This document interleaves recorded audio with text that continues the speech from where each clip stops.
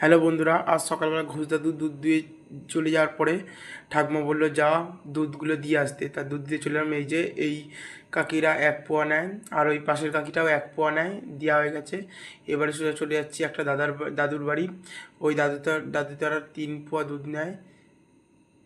এই যে 3 পোয়া দুধ দেওয়া হয়ে গেছে। এই যে গরুরগুলো তাকিয়ে আছে, আবার একটু পরে এসে এদেরকে নেড়ে দেবো। তো এই যে এই ঠাকুমাটা, এরা নেয় 3 পোয়া দুধ। এই যে দুধ দিয়ে দিলাম, এই যে দুধ দেওয়া হয়ে গেল, দুধ দিয়ে দিলাম। এবারে আমাকে বলছে দাঁড়া একটু, বোতলটাও নিয়ে যাস, আর সবজির খোসা দেবো, আর একটা মালপোয়া দিল গরুর জন্য, আর এই আমাকে একটা মিষ্টি দিয়ে দিল, আমি খেয়ে নিলাম। আর এবারে গিয়ে যাই, একে এবারে মালপোয়াটা খাইয়ে দেবো। এই যে মালপোয়াটা দিয়ে দিলাম, আর এই সবজির খোসাটা দিয়ে দিলাম। এবারে খেয়ে নিল। ওই আর 1 পোয়া দুধ বাকি আছে। এই যে এইবারই দুধ দেওয়া হয়ে গেল, কমপ্লিট।